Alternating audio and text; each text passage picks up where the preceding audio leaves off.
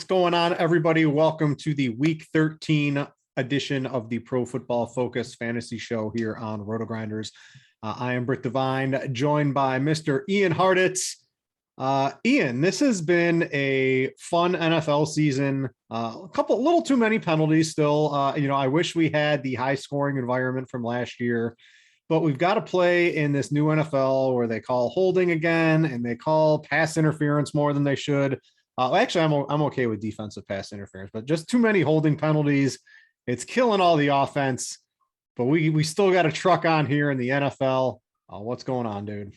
I just wish they could fix the defensive pass interferences when it's a terribly underthrown ball where the receiver has to come back through the corner. Those are the plays where it's bad because the guy has good coverage. It's the quarterback that's the one causing the interference. But yeah, no, very happy with this year. But we were talking before the show, man, this simulation we're living in, they're starting to reuse the same storylines from last year because Clyde Edwards-Helaire in week 13 ahead of a Sunday night football matchup against the Broncos is once again missing practice on Friday with a stomach illness. And the only reason I remember that from last year was because he ended up being active, but only for emergency purposes only. So Britt, thank God that we at least don't have to worry about that game on the main slate. Yeah, there's and they're flexing games around. They're throwing the schedules around late to see what they can do. Basically, hey, Seahawks, you stink. We don't want you on national TV anymore. We're going to put something else on there. So it's always fun to see all these changes in the NFL season and from one year to another.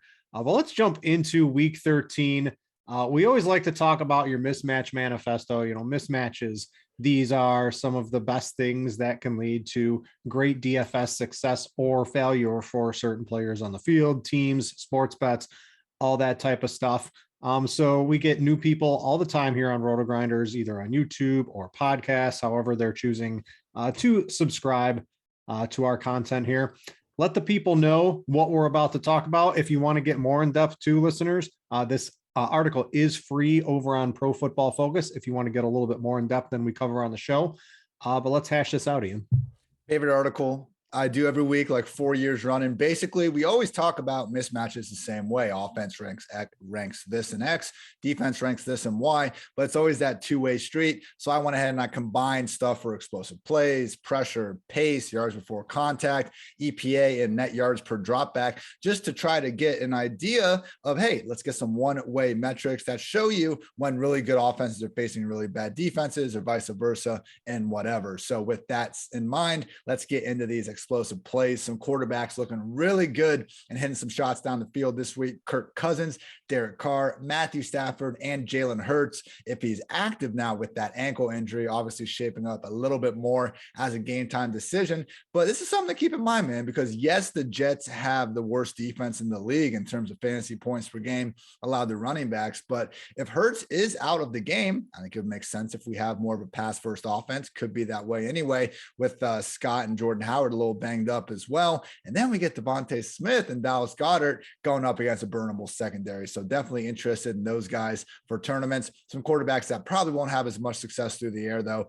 Taylor Heineke, Trevor Lawrence, and Andy Dalton. So any of those guys, Heineke, we've seen him get by a little bit on his rushing value. I still think Terry McLaurin is a good tournament play because he's either a wide receiver 1 or he's killing your lineup and he's a wide receiver 4 or 5. But otherwise, yeah, I wouldn't be expecting too much from those passing goes. Yeah, the Raiders offense, now it's back to being functional because Deshaun Jackson is allowing everyone to work those underneath routes. We don't have Darren Waller anymore. We've got Foster Moreau, who'll be the most talked about tight end in the industry this week, at least in cash games on DraftKings.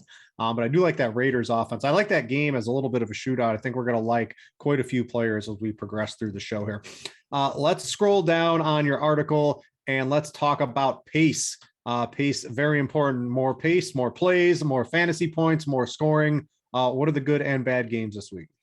Two fastest ones are the Jaguars and the Rams, and also the Buccaneers and the Falcons. So I guess there are bringbacks. Obviously we like the Buccaneers and the Rams passing games. On Jacksonville, week 2 hero, should have been hero, Britt. James O'Shaughnessy. He's back onto the map. He's back, baby. And we can actually pivot off that Foster Moreau chalk to O'Shaughnessy in tournaments. So I kind of like that call with our usual Cooper Kupp, OBJ, Van Jefferson, whoever stacked for the Rams. And then with Atlanta, the either go Cordero Patterson or maybe, just maybe, Kyle Pitts puts something together. You also got Russell Gage down there. So definitely focus more on those Tampa and LA offenses, games that probably won't have the same sort of, shootout friendly game script going on. Colts and the Texans, as well as the Vikings and the Lions. So hopefully the Vikings Lions game gives us some level of, pass attempt volume, because I know Kirk Cousins and company can do a lot against that Lions secondary. It's just going to come down to how many times he actually forced to drop back and pass. Do you think the pace in that Indy Houston game or the Minnesota Detroit game, right? We got Jamal Williams, we got Alexander Madison, we got Jonathan Taylor with an over 100+ yards rushing prop here. Is that going to knock any of these guys down at all? I mean, it's concerning. It's a piece of the puzzle, but at the same time, like if it was like 2 RB backfields that we were worried about, that'd be one thing. But Madison and Jamal, I mean, even if their offenses are waiting until there's 1 second on the play clock every time, I still think they're going to be flirting with 20, 25 combined carries and targets. So enough volume there not to really worry about it. All right, down just a little farther in your article, let's take a look at pressure rate. This can be good for offenses or defenses, depending on how you want to look at it. Which quarterbacks are going to have the clean pocket? Which ones might be under some pressure this week? Tom Brady looking good from the clean pocket as always. And what makes him so special with this is, you see Big Ben when they're out there usually having a pretty clean pressure rate as well, because he gets the ball out so quick, but he's getting the ball out, to Najee in the flat. Like he's rarely pushing it downfield immediately. Tom Brady still manages to do that. So like just his ability to read the field is second to none. I always go back to that play we saw in the mic'd up from a couple of weeks ago where his back is turned and he's telling Leonard Fournette cover 2, like as he's faking a handoff to him. So that dude just knows what's going on at every single second of the game. And also Kyler Murray. Hopefully he is back. We had Rap Sheet give a report before Thursday Night Football saying that it sounded like without a setback, Kyler and Hopkins will be back in action. We did have Cliff Kingsbury say today, though, that he is more of a game time decision. So we will see there. Guys, not set up so well. Tua, Derek Carr, and Mike the Giraffe Glennon under center for the Giants. That one in particular, man, is going to be problematic because Miami,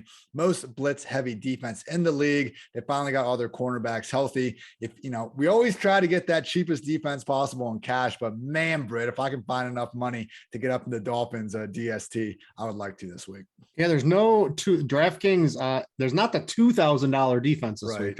They start at 2,300 with the Jaguars, and you probably don't want to do that. So we've been touting and talking about those cheap defenses for it seems like a couple weeks in a row. And I'm not having it this week. I think the Dolphins, you've got the Cardinals there against Andy Dalton. Washington, maybe. That's the cheapest I think we can get. Yeah, we'll see where we get on that one. All right, going down a little farther on your article, let's talk about yards before contact in the running game. There are a lot of running back. I think we said this last week. Earlier in the year, we didn't want to play any running backs because they were all in timeshares. They were all priced too high. Now that everybody's hurt, all of their backups are in, and some of them are not priced appropriately. So we have way too many running backs to play with this week. Which ones have the best matchups? Which ones have the worst? It is ridiculous, man. From like that mid 5K to high 5K range, and then also above 7K, there's like 10 running backs you can talk yourself into. But the groups that seem to have the best overall matchups: Eagles against the Jets. Hopefully, it is the Miles Sanders show again. We'll see exactly how these things play out. But he was looking banged up to start the week. Was able to get enough full Thursday practice, and he's good to go for Sunday. We also have the Lions looking good. Obviously, good news for Jamal Williams. Like the Lions are a bad team. They're 17th though in team PFF run blocking grade, and the Minnesota Vikings, that I put them with the Chiefs and the Chargers in terms of 3 defenses that really just almost allowed teams to get ahead of steam going in the run game, more so out of scheme. So that's a great one to target. Also the Ravens and the Colts obviously looking good. Some more bad offenses in terms of trying to run the ball: the Falcons, Steelers, the 49ers, and the Chargers. Luckily, with all these guys, even Elijah Mitchell with the Niners, the number 1 RB has a big enough pass game role that I'm not too concerned about the rough matchup on the ground. Yeah, and Jamal Williams, one of those. I do like Miles Sanders if anyone's over on Prize Picks. 62.5 rush yards is I take the over on that as one of my favorite. Just Boston Scott still ill. Jordan Howard not going to play. maybe no Jalen Hurts taking some rushing attempts. Maybe it is the Miles Sanders show finally. And he's been good when he gets the ball generally this year, not so much last week, but I do like that as a prop. Yeah, I know you've got a prop you're going to talk about in a little bit, but that is one of my favorites of the week. All right, let's go down just a little bit farther on your article. Again, it is for free over on Pro Football Focus. If any of you guys want to get more in depth, let's look at combined EPA per play. This is on the team level. Let's try to figure out some teams that might be a little bit better than the Vegas line is potentially giving them this week. Are there any big takeaways for us? The big one is Broncos and the Chiefs. Denver is actually the only team with the higher relative offensive advantage that is still an underdog, and they are by a whopping 9.5 points. So I think it kind of makes sense, Britt. It's scary, betting against the Chiefs in an Arrowhead primetime game. I get it, but they did not fix their offense against the Raiders, in my opinion. They got lucky and played one of the few teams in the league in the Raiders that weren't willing to change what they normally do to try to take advantage of what every other defense have been doing against the Chiefs. So other than that Raiders game, when they put up 41 points, you have to go all the way back to week 6 to find the last time the Chiefs scored more than even 20 points. So I think they beat the Broncos, but man, how many times do we need to see them play these ugly games that are a lot closer than we expect before we realize that's kind of what we're getting out of the 2021 Chiefs. So unless they are just a brand new team coming out of the bye, I think the Broncos can keep that one close enough to cover. I didn't make it on my bets here, but I did make a bet at the book I went to earlier in the week. Broncos plus 10 seemed like a pretty good one because the Chiefs, sure, they're great, but the Broncos aren't a bad NFL team. They have more than enough talent to keep this within a 10-point game against this new Chiefs offense that can struggle, and especially on the defense.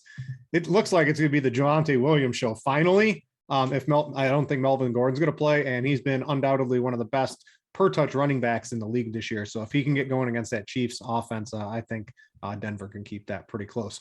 That's going to wrap it up for the Mismatch Manifesto. Thanks to Ian for putting this out each and every week and keeping it free for everyone if you want a more in-depth look over on Pro Football Focus. Before we get to some of our sports bets / props that we like to talk about, I just want to mention to you guys, if you are watching live on YouTube, we appreciate it. We air this Friday afternoon. We don't get a huge following live, but if you are watching, please like it. Please subscribe if you want to get notifications to everything here on RotoGrinders. The majority of you, though, are listening either later on YouTube or on the podcast feed.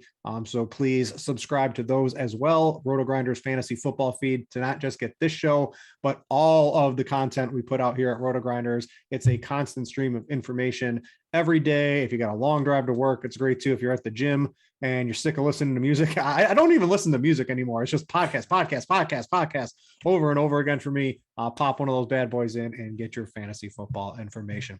All right, let's jump into some of our sports bets. Let's see here. Who do I want to? I guess I'm going to start off with what I think is my best one of the week. I bet it at -2 on Monday. It was at -3.5 today, and I still put more on it. So I really like this game. It's the 49ers against the Seahawks. The Seahawks are completely unraveling, Ian. They've been led by Russell Wilson the entirety of Pete Carroll's tenure there in Seattle. He has kept Pete Carroll's job. I think Pete Carroll understands that he's probably done after this year because Russell Wilson is going to be gone from Seattle in one way, or he's going to force his way out of there. He wants nothing to do with his team here. Russell Wilson came back too early, right? He had that mallet finger or whatever they're calling. We saw Taysom Hill get that last night is what they're describing with that. It's like a 4 to 6 week injury, and he came back way too early, and that has prohibited him from really getting healthy, in my opinion. He can't throw the ball. Pete Carroll is so dumb. He still wants Alex Collins. He wants to jam Alex Collins 15 times a game. That doesn't work. Now he's got Adrian Peterson, who was absolutely horrific. They're in win now mode. They're in win now mode. They go and get Adrian Peterson because he's tough and gritty, and he's just totally done. This Seattle offense is nothing. Pete Carroll's unraveling, and the 49ers, I'm only a little worried because they don't have Deebo Samuel, who really looks otherworldly as a talent in the NFL. But the 49ers are just going to be able to run Mitchell over and over again. They still have Kittle. They still have Ayuk, who's now out of the doghouse and is a reasonable DFS play this week.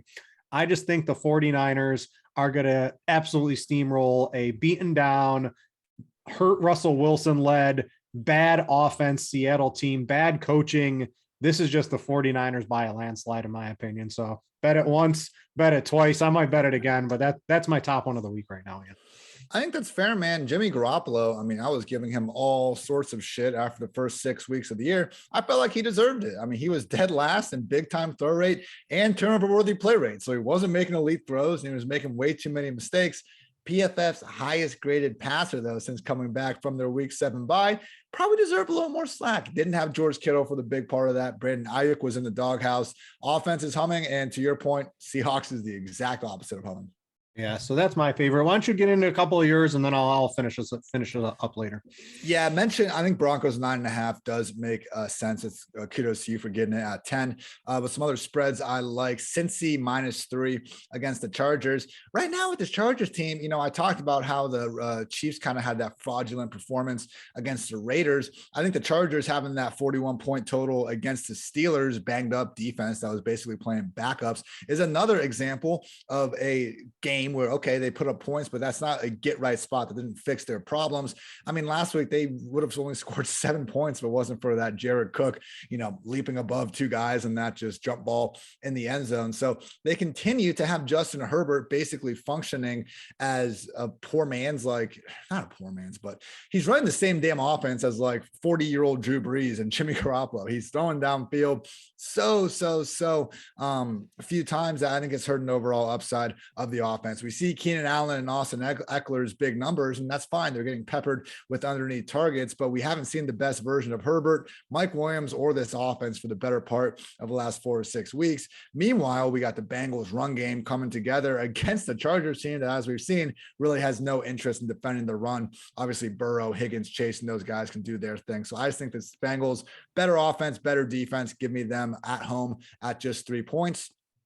Also, I like the Ravens Steelers under 44. Can't say enough bad things about Big Ben and what he's done this year. And Lamar Jackson's only scored 26 points in his 2 last starts, really seemingly to be struggling with that blitz. And as we know in Blitzburg, they will be giving that to you plenty. So under 44 there. And that is Dr. Eric Eager's one of his favorite bets of the week, fellow PFF colleague. And then finally, I got Josh Allen under 265.5 passing yards against the Patriots, looking like wind of up to 20 miles per hour for this Monday night matchup.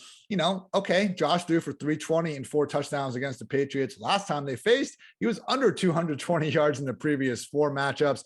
Been such a roller coaster for him all season long. In week 1, Josh was 16th in PFF passing grade. Since then, he's either been top 10 or outside the top 24. So truly, if we get the best version of Josh, you might make this line look silly, but I think the Patriots defense is good enough. We got the weather conditions, and we just see enough erraticness from Josh that I'm going to take the under here at 265.5.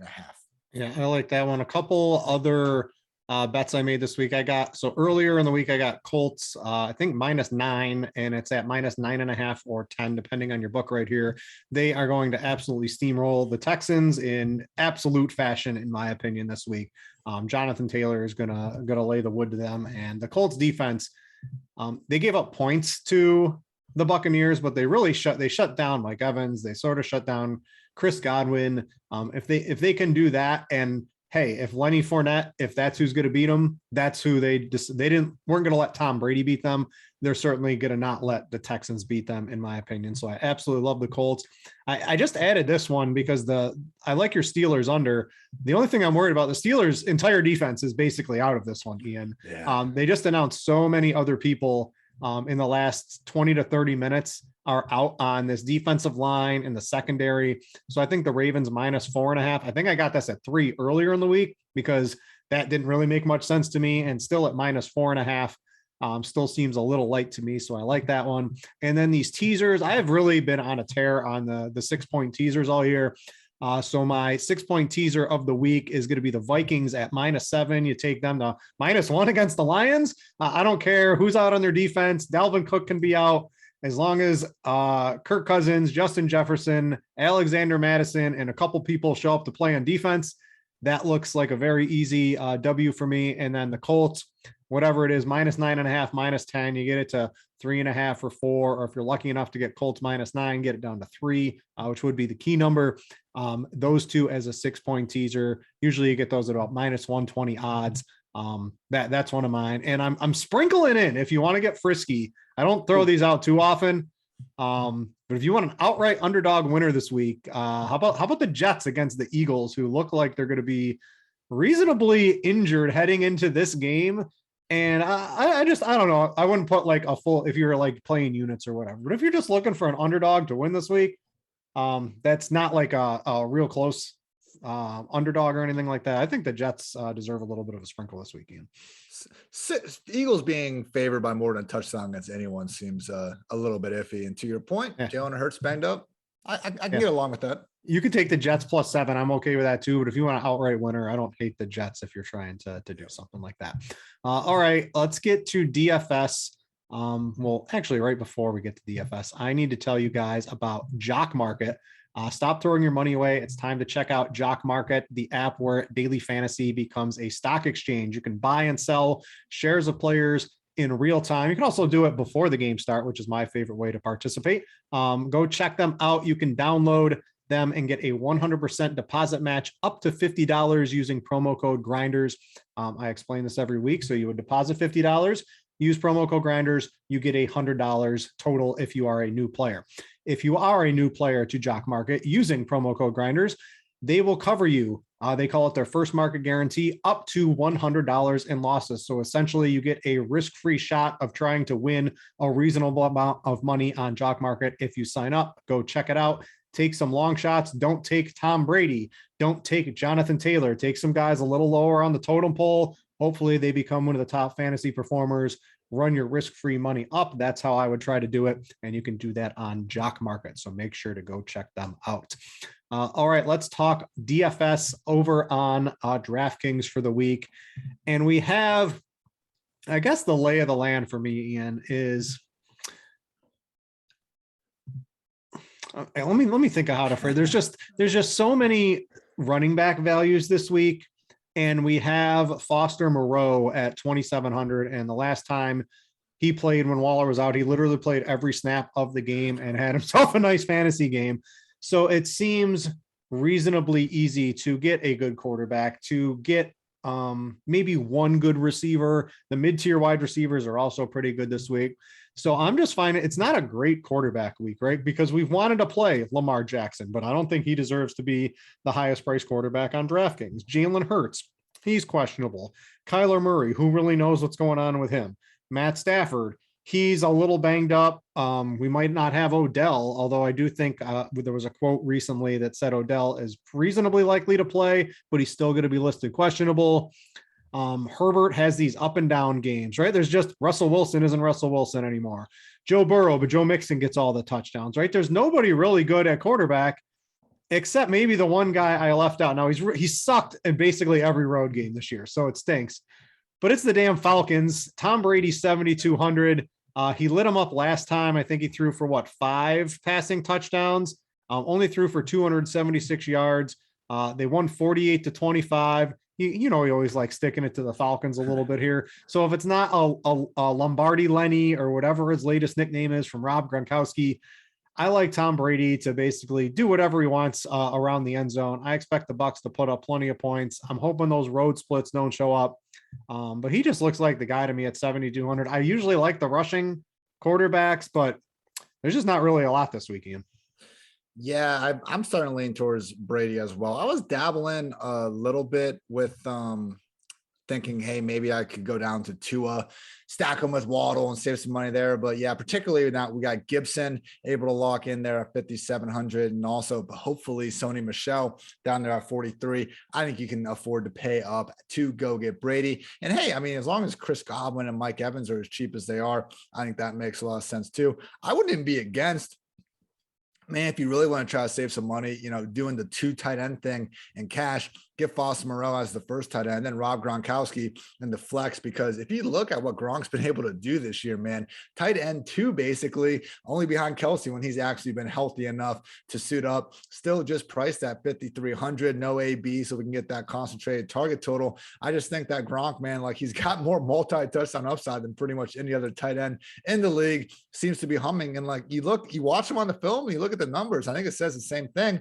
that he looks more close to back than he has in quite some time. Yards per route run are back at a 2016 level. So I would probably most lean towards stacking Brady with at least Godwin, but if you can get Evans or Gronk as well, I think they're all in play. Yeah, for tournaments, what are a couple guys you're looking at? Maybe Tua becomes a little bit more in there, especially I think they can maybe bring Devontae Parker back, which would really give him a plethora of targets, might hurt your Waddle play a little bit. So that's something we do have to keep an eye on. But I like Tua maybe in tournaments. You've got a couple other guys on your radar as well.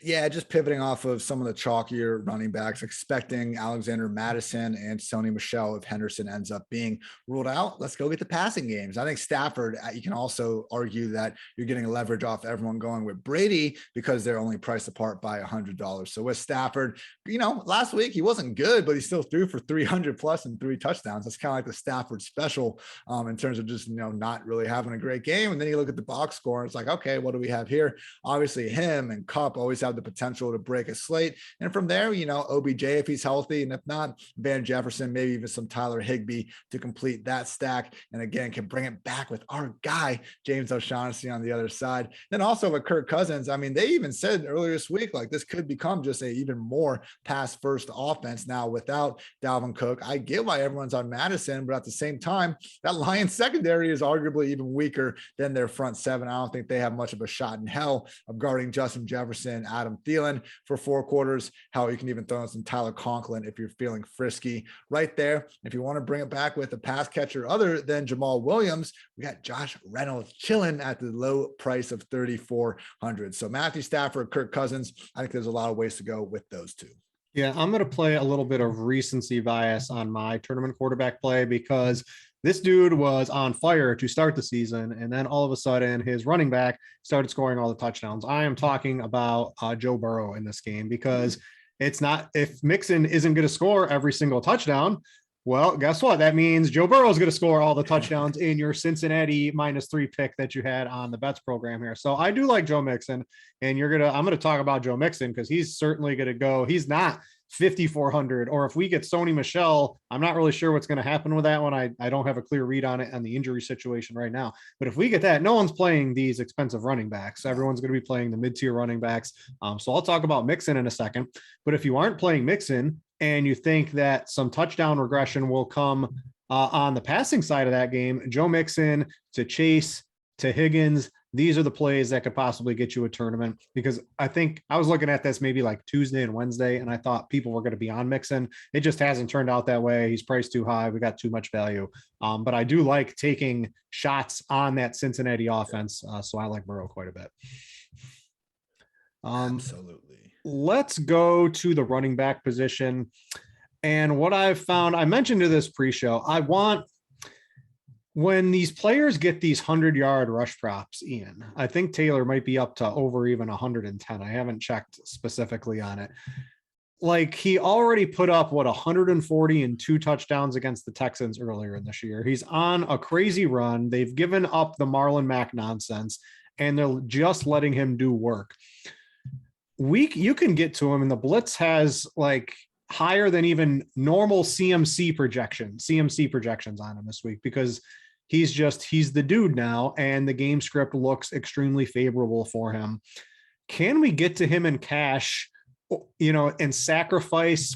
The thing is, though, what are we sacrificing? If we play him, what are we sacrificing? Because is Cooper Kupp really against the Rams, who might get out to a huge lead? Now Cooper Kupp might get there, but he's sort of fallen off favor from that crazy start he was having in the year. There's no Deebo Samuel playing this running back wide receiver mix, getting 1 million fantasy points every week. And everyone else is just sort of priced appropriately at the top end. We're not really sacrificing too much to get him into our lineups. Is there any reason to not pay this price tag this week?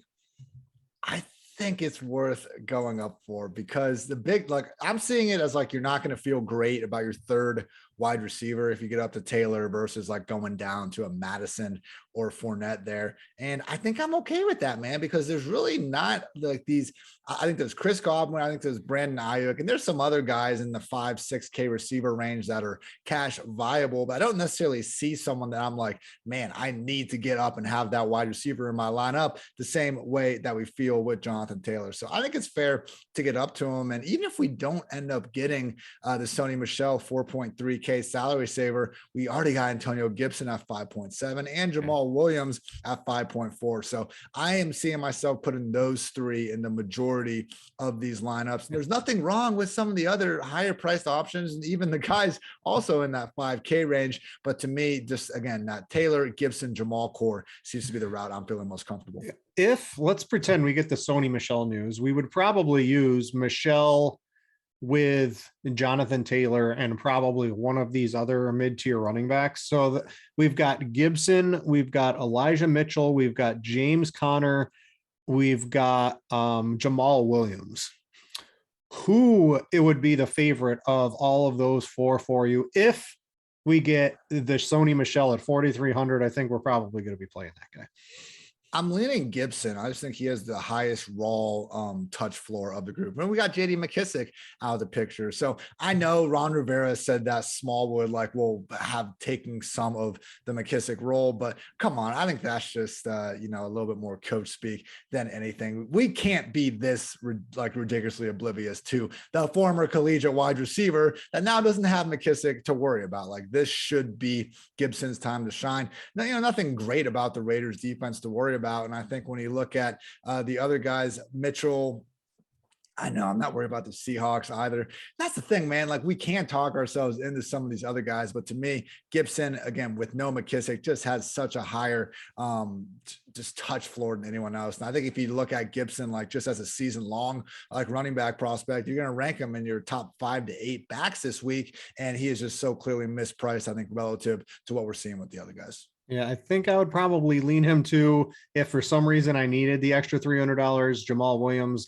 seems like a reasonable consolation prize, but do you want the running back on a actually halfway decent football team that has a good quarterback and can move the ball, or do you want the Lions running back? Maybe I'm going to try to get Gibson over that. I think that's a good little time. And again, if you need to go down, I think Williams is a perfectly fine cash play. He's in play there and everything, but we're not positive that he's going to have the same sort of role and touch total as Gibson. We could see Jefferson, Godwin, some of those other guys they have in Detroit as backups split this situation. I don't think they will. When Swift was out there, we saw him really take over as the guy, but that was Swift. This is Jamal. We don't know for sure.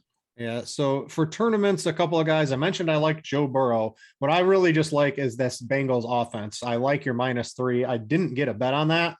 I think that is one of the better ones that I didn't get my hands on. I feel it's not too late. Yeah, I got to drive back out there again. I hate it. Hopefully give me a month. I'll be able to do this on my phone here. Nice. But I like Mixon because I mentioned Burrow. So if you're not playing Burrow in the passing game, try Mixon. Absolutely smash spot, big rush prop. We know the Chargers will let you run all day against him. They just totally embarrass the Steelers. They're going to be able to embarrass, it looks like, whoever they want with this run game right now, because Mixon's playing really well. And at his elevated price tag, he's just going to go overlooked, and that'll give you a little bit of a different lineup than I think a lot of people. Same to be said with Alexander Madison. He put up 30 on the Lions earlier this year. Why can't he do that again? Right. So there's just so many running backs that can put. Mixon could have a monster score. Jonathan Taylor, Madison, right? Not to mention Austin Eckler scores 6 touchdowns every week. It seems like if Najee Harris can catch 6 passes from Ben Roethlisberger and he stumbles into the end zone once, he'll end up getting there. We have all this value. There's so many running backs. I don't know if I'd take an absolute stand on being extremely overweight on any of them in tournaments or locking one or anything like that. But there's just the Mixons, the Madisons. You have some as well. I think I took a little of your thunder with a couple of the guys, but just the overlook guys, because we're all going to gravitate to Gibson. And if we get if Darrell Henderson's out, we're all going to gravitate to Sony Michel, and everyone's going to want to play Jonathan Taylor. Just don't be afraid to mix it up with some of these other elite guys that also get all of the work. Yeah, I was joking around this week on Twitter with that the high school hype man who was talking about his teammates, and he's like, this guy dog. That's how I feel about every running back at 7K or higher on DraftKings. We can reasonably talk ourselves into these massive games. So yeah, I'm gonna wait and see. As we talk about every week, the projected ownership gets better and better as we get closer to Sunday. So really, just look at the top, and the couple guys that you see are kind of falling by the wayside. I would be prioritizing advertising. It seems like Eckler and Najee might be those guys right now, but again, we'll see how that kind of fine tunes before Sunday. Getting away from that, I do think Saquon Barkley is an interesting play, right kind of in the middle of all those 7K guys people want, or the high 5K group that we've already talked quite a bit about. Saquon, I know, hasn't exactly, turned into the top 5 guy that we were hoping for, but coming back from that injury the past 2 weeks, his workload is back to normal. 86% snaps last week, had 13 carries and 5 targets. Like any running back that has a floor of 18 to 20 combined carries and targets should have our attention in fantasy land. So I know having Glennon under center isn't ideal. They're on the road to Miami. Like there are ways this can go wrong. I get it, but we're still getting those touches. And Saquon, as we know, is always just one play away from really paying off his value in a hurry. So I like Saquon to get a little contrarian. Myles Gaskin at 5.8K. He's getting really overlooked by Gibson, these other guys. Same game. Let's just pick the most disgusting game possible and find some value from that. But with Gaskin, it's like the same thing. And even we need to see what Philip Lindsay is going to be doing, because he did carve out a good portion of rush attempts last week. A lot of that was in the second half of a blowout. So I don't think he's too big of a factor either way. But if Lindsay's going to be out, then it truly is Gaskin 3-down workhorse season. And as we know, he does nothing but ball out in odd numbered weeks. Those are my main 2 guys I like. I like Josh Jacobs a lot more for similar reasons as Gaskin. I just think he's a good pivot from that kind of price range compared to your Connor, your Mitchell, your Gibson. Need to see what that injury was though, because he did pop up on the injury report on Thursday, I believe, with an ankle. Let's see if he's questionable or not. But we did see Jacobs' workload in that Thanksgiving game really take a turn for the positive, and that came hand in hand with a pregame report from Jason La Canfora that they were looking to get him more involved as a pass catcher and just really as the engine of that offense. So Jacobs, Gaskin, and Barkley, if you're trying to separate yourself from the pack a little bit this week. Yeah, whatever the Saquon Barkley reception prop opens up at, go hit that, because Mr. Check Down Mike Glennon will certainly get him the ball more than 5 times this week, in my opinion. So that seems like easy money. That opens up at like 3.5 or something like that. All right, let's get Lindsay, doubtful. So there we go. Oh. Let's go. Oh yeah, mocking me. Come on, Brit. You're gonna see Myles Gaskin. You're gonna see. It wouldn't. Does he have like? I feel like you're going to need big scores at running back. There's just so many running backs in great spots. Can Gaskin get like 25? I got a stat for you. He sure can. Most weeks as a fantasy football RB1, top 12. Taylor's got 10. Najee's got 8. Eckler's got 7. Mixon's got 6. Tied with 5, we got guys like Gaskin, Swift, Zeke, Patterson, Alvin Kamara, and James Robinson. Yes, he does have that upside. Let's go. Zeke's on that list. I don't believe you. You're lying. All right, let's get to some wide receivers for this week. So we've talked a little bit about Cooper Kupp. I don't know, right? In a game where they should win easily. Now, if you look at some of the games, let's see here. Earlier in the year, they weren't really destroying everybody earlier in the year. He had a couple games where it didn't. I mean, they beat the Giants 38-11. He had 9 receptions for 130 yards and 2 touchdowns. That'll do. Houston, he still had a good game, and they ran them out of the building. But I'm just not finding Cooper Kupp to be the priority for me this week. It's Jonathan Taylor's the guy. If I'm spending, I think I want to. Although there are so many good running backs, you can make a case to go down a tier in order to get a Cooper Kupp. But I don't know if that's the way I'm personally going to do it. My list starts in the spending is probably the Keenan Allen, Deontay Johnson, right? These guys who are it took Keenan Allen, a couple of games to outduel Mike Williams to become his old self as the true target hog in that offense. Yeah, he's getting those receptions every game. So is Deontay Johnson. Deontay Johnson's going to get about 15 4-yard targets from Ben Roethlisberger in this game. And those add up on DraftKings, so I think those are fine. And then, but I think the mid tier, right? We have the Chris Godwin is 6,600 without Antonio Brown and his fake vaccination card, or, his chef's turning him in because he didn't pay him. AB, you got to keep your chef happy so he doesn't turn you in, right? The guy's making your food, not the enemy you want to make, the guy making the food, right? I worked in restaurants for a while growing up. don't mess with the cook, right? AB, this is going to be a lesson for you. So we got Godwin at 6,600, and then like that 5 to 6K tier is really loaded. We've got fantasy superstar Hunter Renfrow, league winner, ultimate like target hog now in this Raiders offense. He looks pretty good. You've got Ayuk without Debo. You've got a couple other guys in there. You got Mooney now with Andy Dalton, which is a plus, and without Allen Robinson as a plus at 5,600 with back-to-back monster games in similar situations. So this mid-tier, I'm just finding too many good plays, Ian, to really spend up on the Cooper Cups.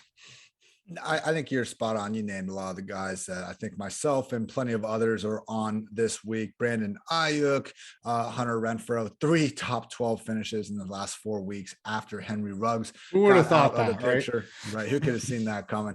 And then also maybe even Van Jefferson if OBJ winds up not playing, although Sean McVay said he would be surprised if Beckham is out of there. The only other guy that I really want to talk about is DeAndre Hopkins. And I think this is in cash and tournament games. We had Rap Sheet come say on Thursday that these guys are expecting to play, barring a setback. He's had now a month to get right from this issue, coming off the bye, and he practiced in a limited fashion all week, which is kind of rare for Hopkins, even when he is playing out there. So I don't think this is a situation where like they're going to play these guys unless they're at 100%. Like Kingsbury even kind of said that in his press conference, where he said they have been as cautious as they have been because of how good the team's win-loss record has been. So with Hopkins at 6,200, man, I understand that earlier in the year, he wasn't exactly posting his usual top 5 production, but we're talking about a guy that was priced over 8K to start the year and was still up in the high, 7K range, a good 1,500 higher price than what he is right now. So I get it. If it's going to be, if we get a Schefter tweet on like Saturday night saying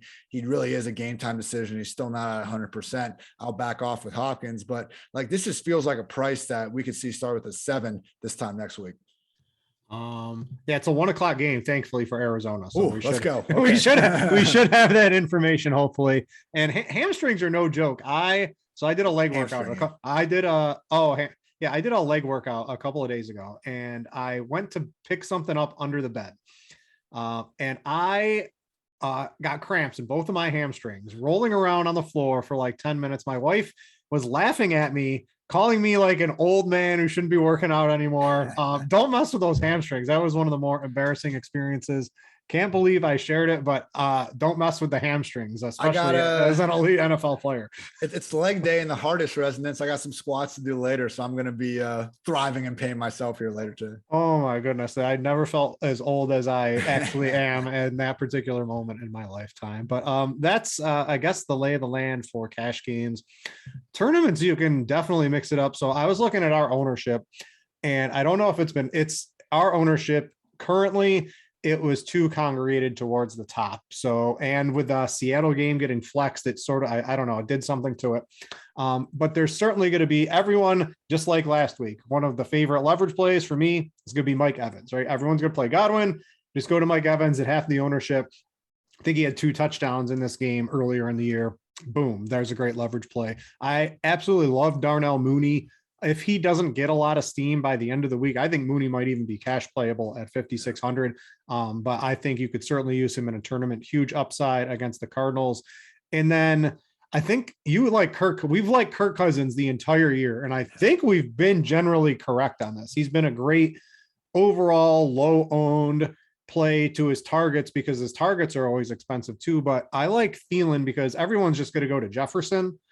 Because they're basically the same in price this year. So even if Jefferson gets 10 to, let's say 8 to 10% owned, Thielen's going to be like 2 to 3% owned. So Adam Thielen, most likely to get multiple touchdowns this week. Let's see what Jonathan Taylor, Rob Gronkowski, Adam Thielen, right? Yeah. Like these are the guys who are very likely. They just show up with these 2 touchdown games sometimes. So Adam Thielen is one of my favorite tournament sleepers of the week.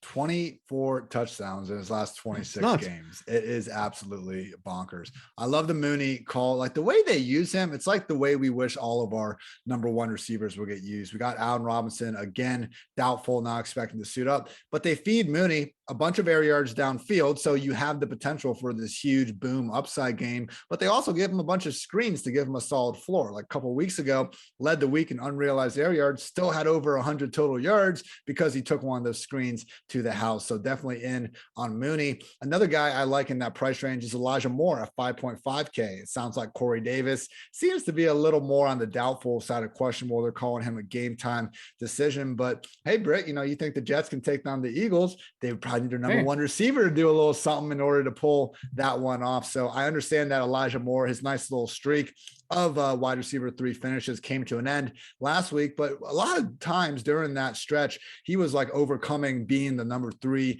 number 4, even sometimes receiver on the Jets in terms of usage. He is back to starting, playing the most snaps, running the most routes, and getting the most targets out of anyone in New York. So no, Zach Wilson hasn't been very good, but he just needs to enable one guy, and he is an awfully talented rookie in Elijah Moore.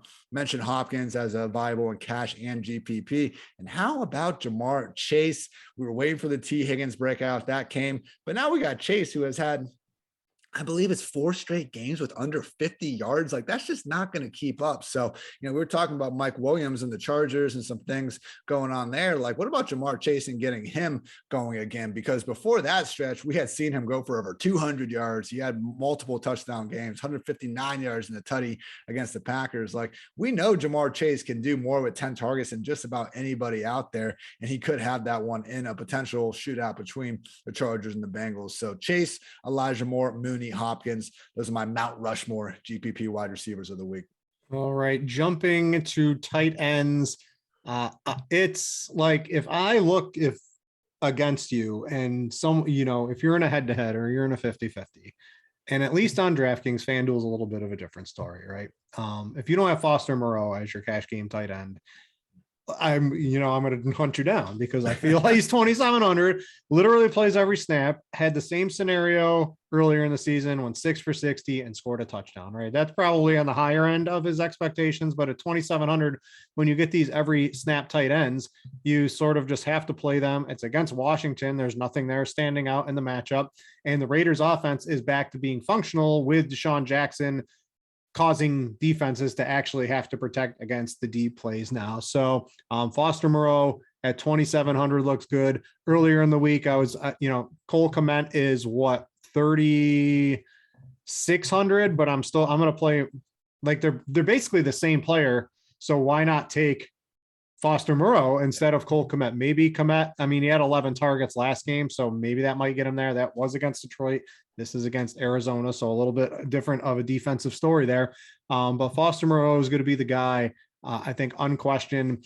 You probably feel the same. My thoughts, so when I do all these millionaire maker stuff, the reviews and really look at it after the season, the one spot you always want to fade the high owned player is at tight end. Becomes a little bit less of a need when they are priced as low as Foster Moreau, right? So this is a little bit of a one-off. What about in tournaments with him? He has the upside to get there. We've seen it. He's so cheap. He makes your lineups good. I just think if we had him at like the second highest owned tight end, he's going to be the highest owned tight end without question for sure.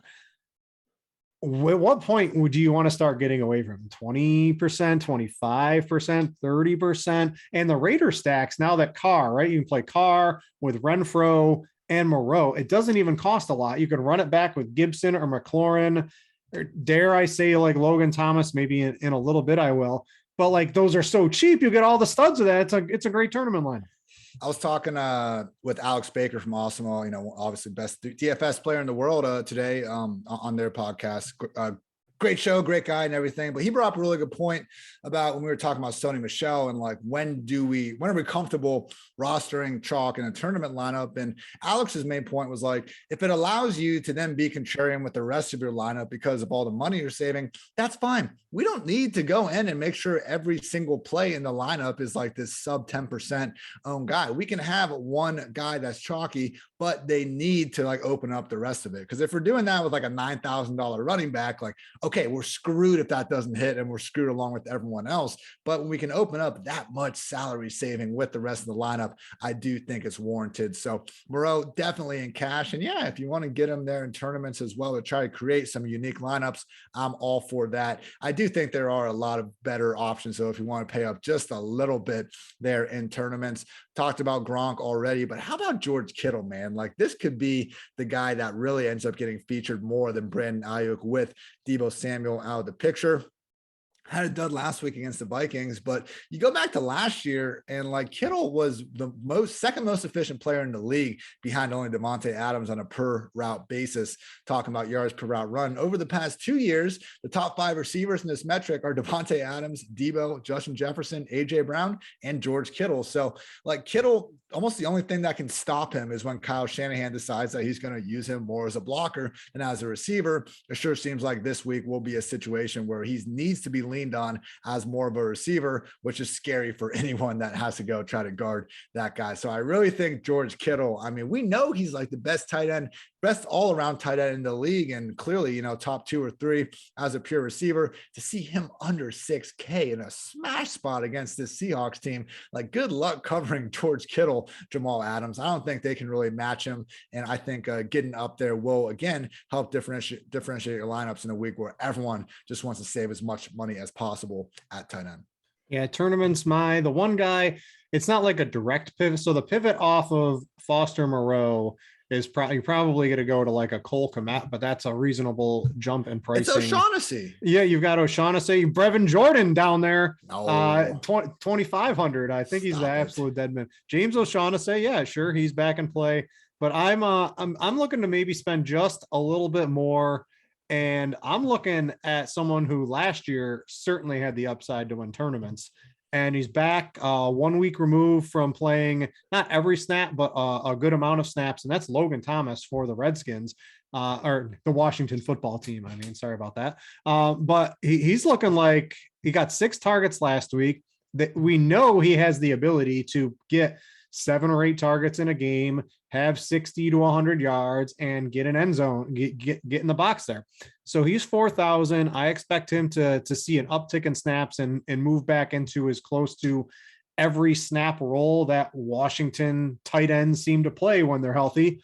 And at 4,000 at low ownership, he's basically the one guy on my radar. I like your Kittle call, 5,900 for a guy that without Deebo, Deebo's really morphed into a running back over the past couple of weeks, but without him on the field, he does make a lot of sense. I think people will be playing Ayuk a reasonable amount as well. So that gives you some leverage in tournaments on that one. And then Gronkowski, of course, you talked about him at the top, but if he has 2 touchdowns against the Falcons, wouldn't surprise me at all. Mike Evans has 2 touchdowns. Well, Chris Godwin has 2 touchdowns. That might surprise me. That's not really his role. He's the chain mover, third down guy, but he can get in the box pretty easily here. But Gronkowski and Logan Thomas, probably my 2 tournament plays at tight end. You mentioned Kittle. Let's wrap it up with some defenses. So we got the Dolphins are looking pretty juicy at the top of the show. We mentioned we like the cheap defenses. You had Washington, I think, I don't know, 25. I'm not messing with any of the ultra cheap defenses this week, I guess is what I'm saying, Ian. I know. I can't either. I wish we could, but we just can't get behind it. I do think Washington at 2,500 is about as cheap as you can go, but if at all possible, yeah, just get up to Miami at 3,300. They check all the boxes of actually being a demonstrated defense that can wreak some havoc. They're at home and they're facing a bad quarterback in Mike Glennon. So Miami at 3,300 would be the play. Just to quickly list off some, I think, not super contrarian necessarily, but some warranted, I think, correlated running back defense stacks. Devontae Freeman and the Ravens going up against Big Ben and the Steelers. James Conner and the Cardinals going up against Andy Dalton and the Bears. Myles Gaskin and the Dolphins going up against the Giants. Josh Jacobs and the Raiders going up against Washington. Make sure that, again, injury he just had in midweek is okay. And also Saquon and the Giants going up against the Dolphins. As we know, Tua is playing largely good football, but if he, just happens to shit the bed this 1 week, wouldn't be the most shocking thing ever. All right, that's going to wrap it up for the Week 13 edition. Note for Week 14, I will be back at the House of the Mouse down in Florida, celebrating my 2-year wedding anniversary. So I will not be Ian, this show overrides vacation time. So I will be down there doing the show live. No substitutions for me for that week. So be ready for that. Be ready to win some money. Hopefully this podcast can help you out, show in your lineup building or at the sports book this week. As always, you can read Ian's article if you missed it earlier in the show over on Pro Football Focus for free. It is the Mismatch Manifesto, goes through in great detail all of the different mismatches you can come up with when trying to analyze an NFL football game. You can find the rest of the stuff over at Pro Football Focus, and also find them on the Pro Football Focus Fantasy Football Pod. Basically each and every day during the week with Dwayne McFarland, with Andrew Erickson, doing all sorts of stuff. One of the few things I listen to outside of all of the content here on RotoGrinders each week. That's going to do it. Ian, as always, fun doing the show. Thanks to everyone for watching, listening, downloading, however you consume this podcast. We appreciate it here at RotoGrinders. I'm Brit, and we out ya.